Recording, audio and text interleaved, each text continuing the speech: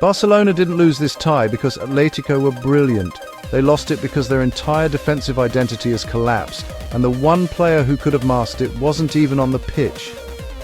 I called it Barcelona win 2-1, still go out. Now, Atletico got their tactics broadly right. Sat deep, hit on the break, fair enough. But they had some nonsense in the build-up phase. 24 minutes in, another sloppy moment in their own half, another present handed over. Played it backwards into danger. I've said this before. Simeone in recent years has given Atletico more freedom going forward, but there's still too much of them looking for the perfect position in their own half before they pass it. Unlike Tottenham, unlike Thomas Frank's lot, good position or not, they just lump it up.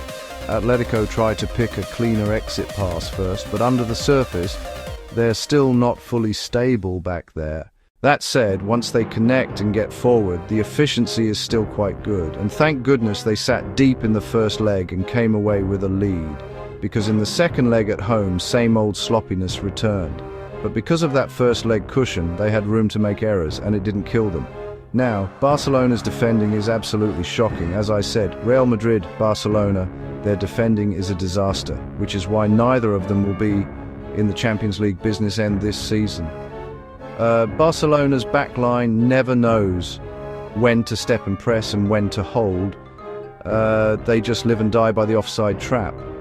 The moment they can't play that trap, the moment they have to actually think about when to step or when to hold, they can't tell the difference anymore. Why are they playing the high line less and less?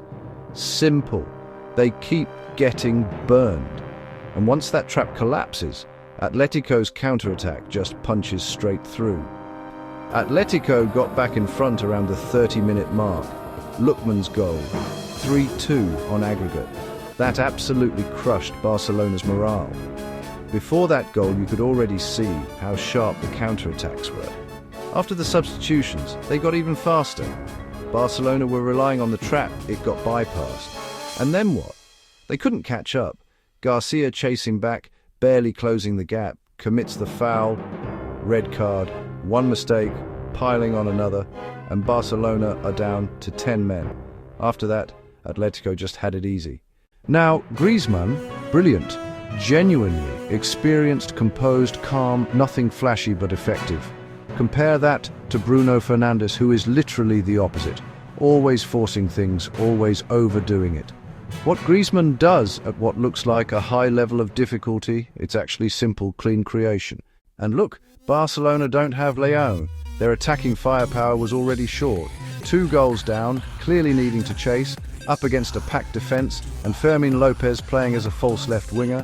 The result is obviously no real threat down that side. Relying entirely on Lamine Yamal on the right, doesn't matter how fit Yamal is, that's only one option. The only other route is central runs, and what happened? Second half, not surprising, central runs are the easiest thing to catch offside. The goals Barcelona scored came from gifts. Some people feel sorry for them, but Barcelona's advantages in this tie came entirely from Atletico's errors. Misplaced passes in build-up, pressing at the wrong moment. Everything else, facing that compact defence, trying to run through the middle, basically zero effect. Using Rashford at 69 minutes, way too late. For a long stretch, they were relying solely on Yamal, then went down to 10 men. And here's the thing, you were behind. It was obvious. You had to be on the front foot. You weren't the team sitting deep this time. So this time, the roles were reversed. Barcelona should have been operating in championship mode, pressing, attacking, because the opponent was clearly going to sit in. You're not the side that should have been sitting deep. Some matches demand early aggression, some demand restraint the entire way through. And knowing the difference between the two is a very fine line. Now, Arsenal. I genuinely had no idea what Arteta would set up. Would he actually be working on something? And how did it turn out? This time he finally made the right call. Conserve the legs. This was a final mindset. Slow tempo, fake open play, really just burning the clock. That's why people were saying it was boring. because Arteta literally said this was a match where he wasn't going to win and wasn't going to lose. Some fans were saying it was terrible, but was it actually that bad? It definitely wasn't good, but it wasn't catastrophically bad either, because the nature of this type of match is exactly that. The pressing was minimal, purely about slowing the tempo, not making errors, preserving legs for a final. And it's about time Arsenal accumulated some finals experience. Not like last season when they pushed up against PSG and got picked apart on the break. This careful, disciplined defensive approach, if they can get comfortable with it, is actually a solid method against Atletico Madrid, because Atletico's counterattacks are genuinely frightening. Playing in finals mode, dragging down the tempo, wearing them out, that's the right approach, so you can actually see what Arteta is doing. Today he was conserving legs for Manchester City and using these finals to build experience in exactly this type of game.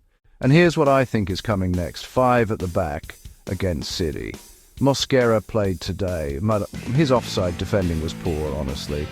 But why specifically put him on the pitch alongside those centre-backs?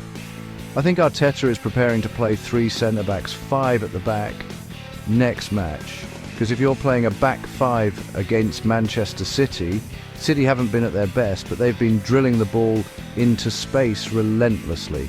Especially Nico O'Reilly. 5 at the back is your best answer to cover that corridor. You saw it against Chelsea. So keep an eye on Cherki. 5 positions, Cherki's role. 5 at the back could be the plan. If you go 5 at the back, you might not need Madueke and Martinelli in the starting 11. Leave them on the bench, use 2 strikers up front, pair Rice with Gyökeres, and Arsenal don't have to win next match anyway. A draw and stopping City from winning is enough. Parking the bus with 5 at the back is a very sensible method. Whether Arteta can think of it the way I'm thinking of it, that tells you whether he can actually win the Premier League title. As for the final, I've got PSG going through. PSG against Arsenal. Let's see if Arsenal can get their revenge. If you found this breakdown useful and you enjoy this kind of in-depth analysis, a like and a subscribe goes a long way in keeping this channel going and motivating me to keep producing more. Drop a comment below too. I read every single one. See you in the next one.